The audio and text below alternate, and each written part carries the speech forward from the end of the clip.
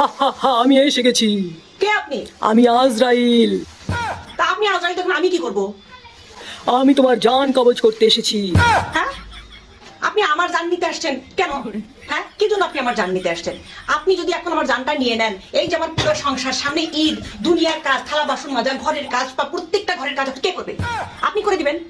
আপনি তো করে দিবেন না। কি জন্য আপনি আমার জানের পিছে পড়ে আছেন? হ্যাঁ, জান কি আছে? মেয়ে মানুষের জান থাকে? হ্যাঁ, অর্ধেক তো শেষ, আজকাল তো জীবনটা তো শেষ হয়ে গেছে। এই শেষ জিনিস আপনাদের নিতে আসা লাগবে? হ্যাঁ, যে সকল মানুষগুলো কাজ করে না, কাম করে না, ঈদের দিনও তাদের ঘুম আসে, একেবারে জীবনের অসুস্থতা নিয়ে ভরে আছে, জীবন শেষ, অমুক ধোকা দিছে, তমক ধোকা দিছে, যান না তাদের কাছে। তাদের জানটা নিয়ে দুনিয়া থেকে তাদের উদ্ধার করে। হ্যাঁ, আর আমরা যারা কাজ করে খেটে খাই, আমাদের ছাড়া সংসার অচল, তাদেরকে একটু ব্যস্ত দেন। জানতো জনাব আজরাইল সাহেব, আপনি জান যান।